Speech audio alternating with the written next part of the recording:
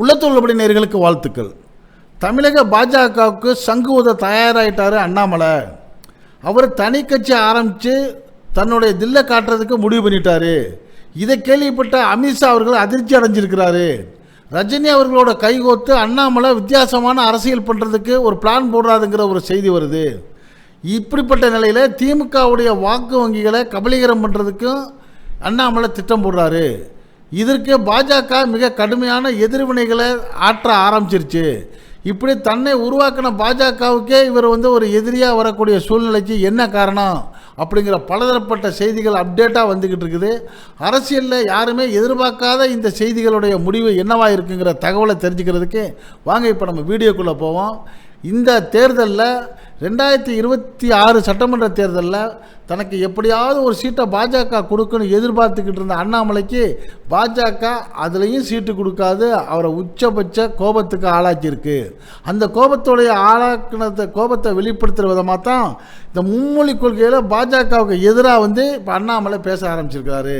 பாஜகவுடைய திட்டம் மும்மொழி கொள்கை திட்டம், அதை எதிராக எப்படி திமுக பேசுதோ அதே மாதிரி இவரும் குரல் கொடுத்த உடனே ஆகா இவரும் புது கட்சி ஆரம்பிக்க போகிறாரு, பாஜகவுக்கு எதிர்நிலை கொண்டுட்டாருன்னு சொல்லி பலரும் இப்போ பேச ஆரம்பிச்சிட்டாங்க.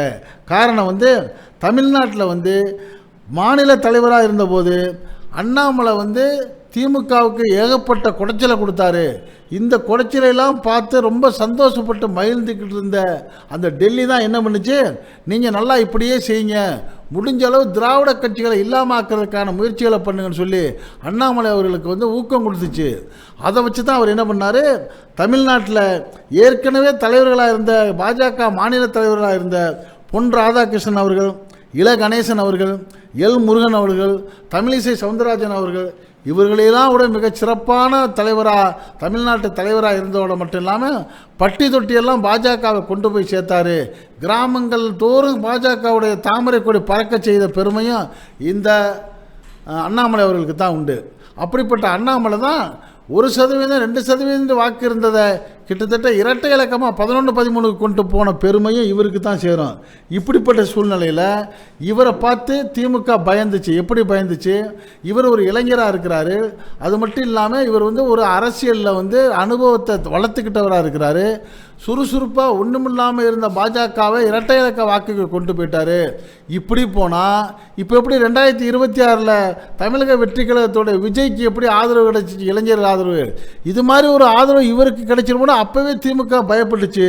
இவரை எப்படியாவது நம்ம ஓரங்கட்டுறதுக்கு என்னங்கிற முயற்சிகளை அது எடுத்துக்கிட்டு இருக்கிறப்பவே இவரை ஓரங்கட்ட வேற ஒரு திட்டம் அதிமுகவும் போட ஆரம்பிச்சிருக்குது. அதுக்கு என்ன காரணம்னா, ஆர்எஸ்எஸ் உடைய தேசிய தலைவராக இருக்கிற பிஎல் சந்தோஷ் இருக்காருங்கள்ல, அவர் தான் என்ன பண்ணியிருக்கிறாரு, கர்நாடகாவில் அதிகாரியாக இருந்த இந்த அண்ணாமலை அவர்கள் தன்னுடைய பதவியை ராஜினாமா செய்த உடனே இவரை தமிழ்நாட்டுக்கு வரவழைச்சு தமிழ்நாட்டில் பாஜகவுடைய மாநில தலைவராக ஆக்கிவிட்டு பாஜகவுடைய கொள்கைகளை சிறப்பாக செய்யணுங்கிற உத்தரவோட டெல்லியுடைய அறிமுகத்தையும் ஆசீர்வாதத்தையும் கொடுத்து நுழைய விட்டவரே இந்த பிஎல் சந்தோஷ் தான். அப்போ டெல்லியுடைய இந்த நெருக்கம் இருக்கிறதுனால தான் இவர் இந்த அளவுக்கு சுறுசுறுப்பாக என்ன பண்ணார், தமிழ்நாட்டில் அண்ணாமலை செயல்பட்டார். இப்படி செயல்படுறப்ப தான் அவங்க சாவி கொடுத்து எப்படியாவது திமுகவை நீங்கள் பைண்ட் அப் பண்ணுறதுக்கான முயற்சி பண்ணுங்கிறப்ப இவர் ரொம்ப சுறுசுறுப்பாக நிறைய வேலைகளை பார்த்தாரு. அப்படி பார்த்த வேலை தான் என்ன பண்ணார், திமுக ஃபைல்ஸ் 1, ஃபைல்ஸ் 2, ஃபைல்ஸ் 3லாம் ஃபைலில் தயார் பண்ணி ஆளுநர்கிட்ட கொண்டு போய் கொடுத்த செய்தியெல்லாம் நமக்கு தெரியும். அது மட்டும் இல்லாமல் செந்தில் பாலாஜியை கிட்டத்தட்ட 471 நாள் ஜெயிலில் வைக்கிறதுக்கும் இந்த அண்ணாமலை அவர்களுடைய செயல்பாடுகளுக்கு பொறுப்பு காரணம் இருக்குன்னு சொல்லி பேசி வந்தாங்க. ஆக இவர் தன்னுடைய அந்த பாரதிய ஜனதா கட்சியை பெருமளவில் இங்கே கொண்டு வந்துடுவார் அப்படிங்கிற ஒரு நிலைமை இருக்கிறப்ப தமிழ்நாட்டில் அரசியல் செல்வாக்கம் இவருக்கு உள்ள செல்வாக்கம் அதிகரிச்சு வந்துருச்சு. அண்ணாமலைக்கு தனிப்பட்ட ஒரு செல்வாக்கு அதிகரித்து வந்துருச்சு. சேனல்களில் திறந்தால் எங்கே பார்த்தாலும் இவருடைய பேட்டிகளை போட ஆரம்பிச்சிட்டாங்க. இவருடைய ஃபாலோவர்ஸ் அதிகமாகிருச்சு. வலைதளங்களில் இவர் வார் ரூம்களை வச்சுக்கிட்டு என்ன பண்ணார், இவருடைய செல்வாக்கை வளர ஆரம்பித்ததை பார்த்துட்டு பாஜகவில் இருக்கிற ஒரு கோஷ்டி வெறுப்படைஞ்சிட்டாங்க, பொறாமடைஞ்சிட்டாங்க. அவங்க யார், இந்த அண்ணாமலை அவர்கள் கொங்கு வேளாளர் சமூகத்தை சேர்ந்தவர். பெரும்பாலும் பாஜக ஆர்எஸ்எஸ்ல இருக்கக்கூடியவங்க, அதிகாரத்தில் இருக்கிறவங்க என்ன பண்ணுவாங்க, பிராமண வகுப்பை சேர்ந்தவங்க. அப்படி தமிழ்நாட்டில் இருக்கிற பிராமண வகுப்பை சேர்ந்த முக்கியஸ்தர்லாம் என்ன பண்ணிட்டாங்க, இந்த கொங்கு வேளாளர் சமூகத்தை சேர்ந்த ஒருத்தர் வந்து இந்த ஆர்எஸ்எஸ் உடைய பாஜகவில் மாநில தலைவராக இருந்துக்கிட்டு அவருடைய பலத்தையும் அவருடைய பிரபலத்தையும் அதிகமாகிட்டு போகிறாரு, அவருடைய செல்வாக்கை வளர்த்துக்கிட்டு போகிறாரு. இப்படி விட்டோம்னா ஆர்எஸ்எஸ் கொள்கையை இங்கே எடுபடாது, அண்ணாமலை கொள்கைன்னு ஒரு தனி கொள்கையை கொண்டு வந்துடுவார், இவரை ஓரங்கட்ட ஆரம்பிக்கணும்னு முடிவு பண்ணுறாங்க. யார் முடிவு பண்ணுறாங்க? ஆர்எஸ்எஸில் உள்ள பார்ப்பன தலைவர்கள், சில நிர்வாகிகள் முடிவு பண்ணிட்டு என்ன பண்ணுறாங்க, இவரை வாட்ச் பண்ண ஆரம்பிக்கிறாங்க. வாட்ச் பண்ண ஆரம்பித்து அண்ணாமலை செய்யக்கூடிய தவறுகளெல்லாம் என்ன பண்ணுறாங்க, அப்படியே அப்டேட்டாக வந்து டெல்லிக்கு போட்டு கொடுக்க ஆரம்பிக்கிறாங்க. அப்படி என்ன போட்டு கொடுக்குறாங்க, அண்ணாமலை லஞ்சம் வாங்குறாரு, அண்ணாமலை ஊழல் செய்கிறாரு, அவர் செங்கசூளை வச்சு நடத்திக்கிட்டு இருக்காரு, அதுக்கு துரைமுருகன், திமுகவுடைய துரைமுருகன் மூலியமாக என்ன பண்ணுறாரு, மணல் சப்ளைலாம் நடந்துக்கிட்டு இருக்குது, சக்கரபாணி இவருக்கு நிறையா பொருளாதார உதவி பண்ணுறாரு, அப்படி இப்படின்னு சொல்லி அண்ணாமலை அவர்கள் மேலே குற்றச்சாட்டுகளை அள்ளி கொண்டு போய் என்ன பண்ணாங்க, டெல்லியில் கொட்ட ஆரம்பித்தாங்க. இதையெல்லாம் கேட்ட டெல்லிக்கும் அண்ணாமலை பற்றிய தகவல் போயிருக்கும் தானே. அப்போ அவங்க என்ன பண்ணிட்டாங்க, நான் வந்து இங்கே பாஜகவை வளர்க்க சொன்னால் நீ ஒன்றை வளர்த்துக்கிட்டு இருக்கிறியா, ஒன்றை என்ன பண்ணுறான் பாரு ஓரங்கட்டுறேங்கிற ஒரு முடிவுக்கு அந்த அமித்ஷா வர்றாரு. இந்த செய்தி எப்படியோ அண்ணாமலைக்கு கிடைச்சிருது. ஏன்னா இவர் வந்து காவல்துறையில் இருந்தவரில் உளவு எடுக்கிறதுல இவருக்கு ஒரு அனுபவம் இருக்கும்ல, எடுத்துக்கிட்டு தான் என்ன பண்ணுறாரு, ஆக பாஜக நம்மளை ஓரங்கட்ட தயாராகிடுச்சு, இனி நம்ம உஷாராயிக்கணும், இன்னொரு இடத்த தயார் பண்ணி வச்சுக்கணும்னு சொல்லி தான் சசிகலா அம்மாட்ட போயிட்டு இவர் என்ன பண்ணுறாரு, தொடர்பு கொள்கிறாரு. அந்த அம்மாவும் இவரை வாழ்த்து வரவேற்று என்ன பண்ணுது, இவருக்கு நிறையா பெரிய சில உதவிகளையெல்லாம் பண்ணி நீ நல்லா ஏறி பயப்படாத, நான் உனக்கு சப்போர்ட்டாக இருக்கிறேன், நீ எனக்கு ஒரு வேலை செய்யணும்னு சொல்லுது. அது என்ன வேலைன்னா, அதிமுகவுக்கு என்னை எப்படியாச்சும் பொதுச் செயலாளர் ஆக்கி விட்டுருங்குது. அதற்கான காயினத்தை ஆரம்பிக்கிறாரு அண்ணாமலை. இப்போ தான் அரசியலே ட்விஸ்ட் ஆகுது. இது வரைக்கும் அண்ணாமலைக்கு வந்து திமுக எதிரியாக இருந்துச்சு, பாஜக எதிரியாக இருந்துச்சு, இப்போ அதிமுகவும் எதிரியாக ஆரம்பிச்சிருச்சு.